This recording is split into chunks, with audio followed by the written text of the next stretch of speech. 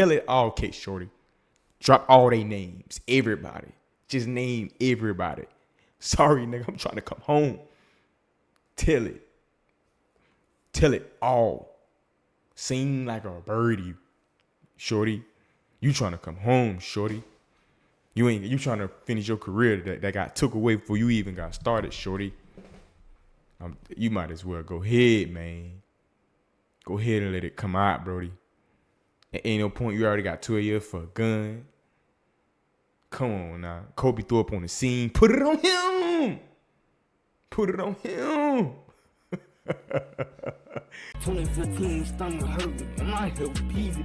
Not a word tuning in to Dirtface2x TV. Subscribe. March 17th, 2020, 20-year-old Daquan Saxton was shot and killed. March 18th, Jacksonville rapper K Shorty's house was shot up. Yes, it was. 9mm, 40 cal, and 7.62 shells would be left at the scene. March 19th, K Shorty's girlfriend was dropping him off when a car pulled in front. Two shooters got out opening fire, killing her and almost killing him. Fast forward to 2025, K Shorty has already been sentenced to 12 years in prison for a rifle, is facing a murder charge, and now his own paperwork. What's up, everybody? It's 1090 Jake. I'm rocking with y'all, and y'all rocking with me. And for this video, we're gonna be speaking on Jacksonville rapper K. Jacksonville has made a name for itself, but the reputation has slowly faded as the many faces of drill have fallen victim to the streets or to the law. 23-year-old Therese Powell, who's more commonly known as the rapper K Shorty, has unfortunately fell victim to both. A documented member of 6 Block, the 6 would be made famous by its most famous rapper, FOOLIO. The 6 was a set of apartments named Hilltop Village, located on Jacksonville's north side with a long history of poverty and violence. K Shorty was of the younger generation that grew up under FOOLIO's reign. Another famous name from 6 Block would be none other than Adrian Gaynor Jr., aka Bibby. Mentioned and dissed numerous times throughout the years. Bibby was only 16 when he was gunned down inside Hilltop. I called him on the jail phone and I say, I see you out there. If you turn, I see you with FOOLIO, you doing. I'm like, but don't get caught up in that, bro. I was like, you know how bad they want him. They'll get anybody just to hurt him. You know, I'm telling him this. And he's just like, yeah, I know, bro. I be chilling. I don't be on that too much. I just go to the shows and I hang, bro. I don't be on that internet like that. But you done got in the trailers. They know who you is now. This nigga older than like, even if you ain't dissing, you round them. This nigga so you a part of it. He supposed to be a big and bro. that's how he ended up happening to him. He big bro. And they hurt me so bad because I knew like he big bro to him. He ain't deserve that. This Kobe. Listen to this. Bitch. You gonna rub me no more? Fuck. Bibby's death would be one of many that would affect K Shorty, but one specific murder is believed to have changed him for the worst. 17-year-old Nandi was living a high school dream. A cheerleader, good grades, and the hopes of attending Florida A&M University. Nandi would even be interviewed by the local news in Jacksonville during the holidays, wishing for a car for Christmas, and her wish would come true. That's fucked up, 1090. On Christmas Day, Nandi woke up to a brand new red Toyota. Oh, okay. Life was seemingly on the rise until 3 months later, when it all fell apart. Shit got real. March 19th, 2020, Nandi had just went on a date with her then boyfriend, K Shorty.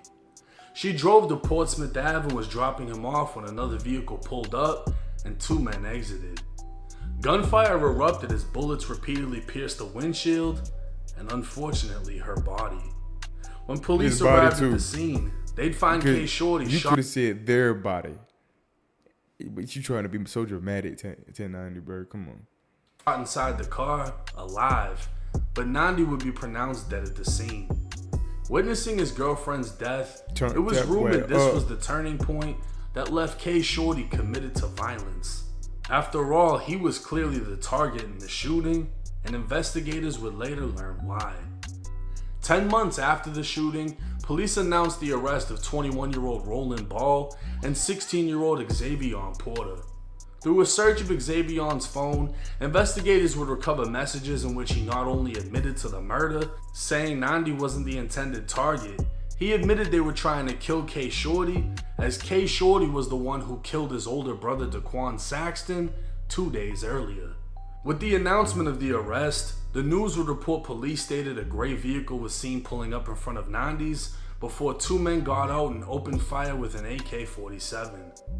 The news would also report multiple people identified Roland Ball as a suspect in the case, and one of them, described as an eyewitness, told police they saw Ball get out of a vehicle armed with an automatic rifle and fire into Nandi's vehicle before taking off. We now know that eyewitness was none other than K Shorty.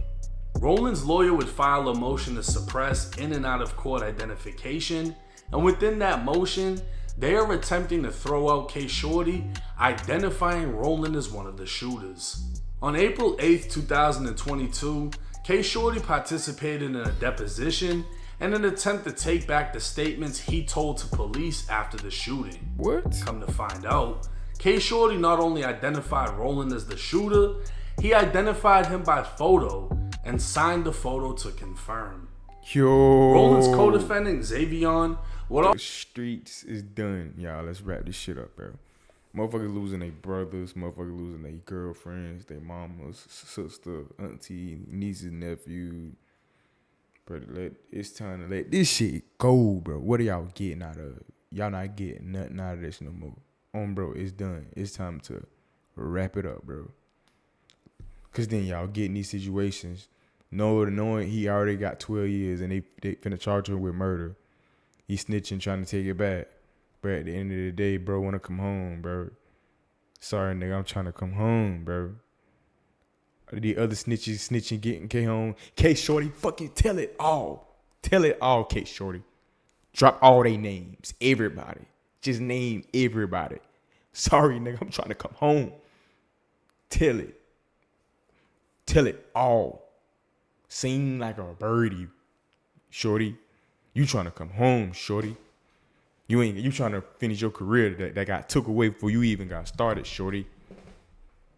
You might as well go ahead, man. Go ahead and let it come out, Brody. Ain't no point. You already got 2 years for a gun. Come on now. Kobe threw up on the scene. Put it on him. Put it on him. Put it on Kobe. Kobe did it. You got 2 years already. Also filed a motion that the state would strike. The state would claim K Shorty's deposition contradicts his sworn statement to police, where he identified Roland as the one that shot him. The state maintains K Shorty's original answer in his sworn statement is true. Now what happened is, after the shooting, speaking with police, K Shorty was told by a detective if he ever cared about his girlfriend, he would speak. He would speak. And he did. K Shorty named Roland as the one who shot him, ID'd the picture, and signed it. But 2 years later, during a deposition, K Shorty would attempt to take it all back, saying he was manipulated into saying Roland was the shooter. He'd say he only named Roland because it was a rumor he was the one that did it, and that he doesn't actually know. He'd even say after the shooting he was in a deep depression and had no real motive to believe Roland did it. When asked again if he'd be able to he tried to redact his statement. Shorty, come on now. You trying to come home. Anyone in the car who shot at him, he said no. So K Shorty attempted to take back everything he originally said. Roland was fighting to get K Shorty's statements thrown out, while the state was fighting to say the statements were true and K Shorty was now lying.